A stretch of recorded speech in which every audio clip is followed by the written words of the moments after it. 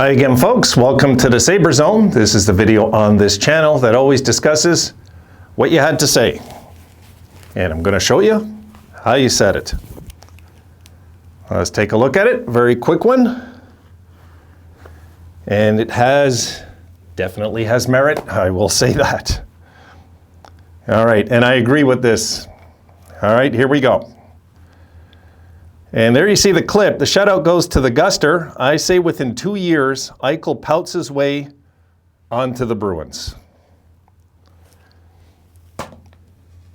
And I think many Sabres fans, Guster, will agree with that because just in the recent events, which I'm going to do another video about in a few minutes, but I mean, my goodness, they got their hands full now. And I was thinking this too, you know. They should actually, especially if he's not going to be a team guy, is force his hand. Force his hand. He'll force his way off the team, and we all know that he has designs to play in Boston. He made that clear during this whole fiasco, what we call the Jack Eichel trade. And I think, without a doubt, Eichel will want out of Vegas eventually, especially if hard times are coming. If hard times are coming in Vegas, he's not the type of guy that's going to sit tight and not complain. And this is where I think sooner or later, we're going to just see how smart the Vegas fans are, how in tune they are with this team. Because when Eichel starts his pouty routine, I don't think the fans that have any idea what's going on in Vegas will tolerate it. The ones that have no idea what's going on in Vegas will say, oh, he's great, it's not him, it's management. They're going to say everything but the truth. And they're also going to want Leonard out of there too, I think, at some point. You got to figure, I mean, these guys are not going to be, they're not going to bring you to the promised land. I just can't see Eichel being the answer to what they need. But he is a big card, and he is a big ticket for trade bait, for sure. They might get stuck with having to pay some of the salary. I can't see Boston, Guster, I can't see Boston being that stupid to take on $10 million for Jack Eichel. I just can't. That's one thing. They probably will have to hold like 25% of the salary or something in Vegas, if that does happen eventually. If not, I mean, then so be it. I mean, they might dump some salary onto Vegas, and Vegas will gladly take it at that point, if it comes to that. I don't know. I just can't see Boston having this guy on their team as the highest paid guy. I can't see a franchise that's been winning for 5 decades doing that. You know, that. But if they do, at least we'll know it's the downfall of the Bruins is coming then. Eichel's a good player. You know, I want to go on record. He's a hell of a good hockey player. He's a hell of a crappy team guy. And there's a lot of leadership on this Vegas team. This team is not over and done with yet in Vegas. You know, they're not.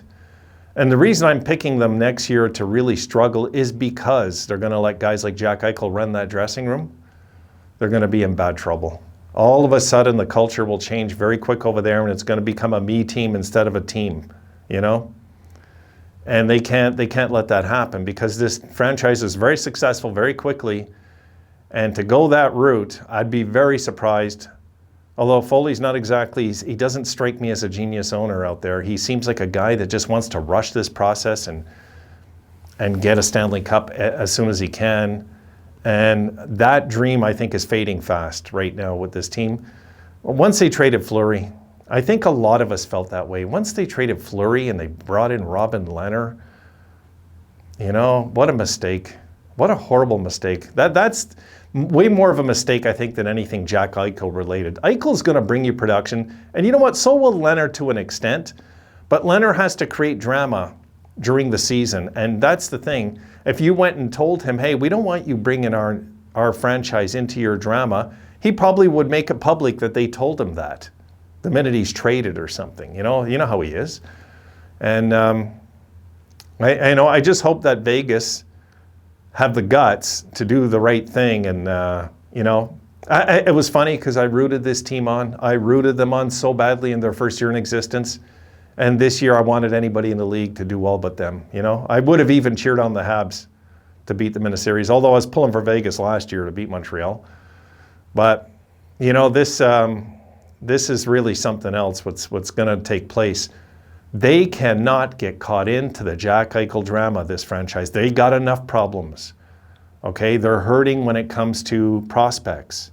They're hurting when it comes to draft picks now.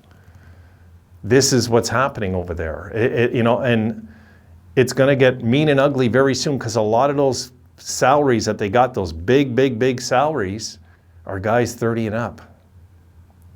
It really isn't, it's messy what's going on in Vegas right now. I think their last chance might have been last year, not even this year. I thought this would be their last hurrah this year. Now, I could be wrong, and Vegas could come out with a real strong year next year. They could. But I can see the minute things get tough. Look at Eichel down the stretch. He did nothing. No, he set up the other team, but he did nothing down the stretch, really. And people will say, oh, well, he was injured. He was, oh, come on. Are we going to use the injury card? Really? It's not because he was injured. You guys now are getting to understand the Jack Eichel we knew in Buffalo. He shows up when he wants, under his terms. If he doesn't like the coach, he doesn't play hard. He most likely doesn't like DeBoer. And here's the thing, if they go and fire DeBoer, it won't be because of Eichel, I'll tell you right now. It's too soon for that. He'll do that to the next coach, not this one, the next one. That's when that'll happen. It's not going to be DeBoer. DeBoer's not going to get canned because of any reason except the team underachieved. It's not because of Jack Eichel. Jack Eichel will make that happen with the next coach if he doesn't like him. And there's going to come a time, I believe, with Vegas that they're going to look at this guy and say, what have we done?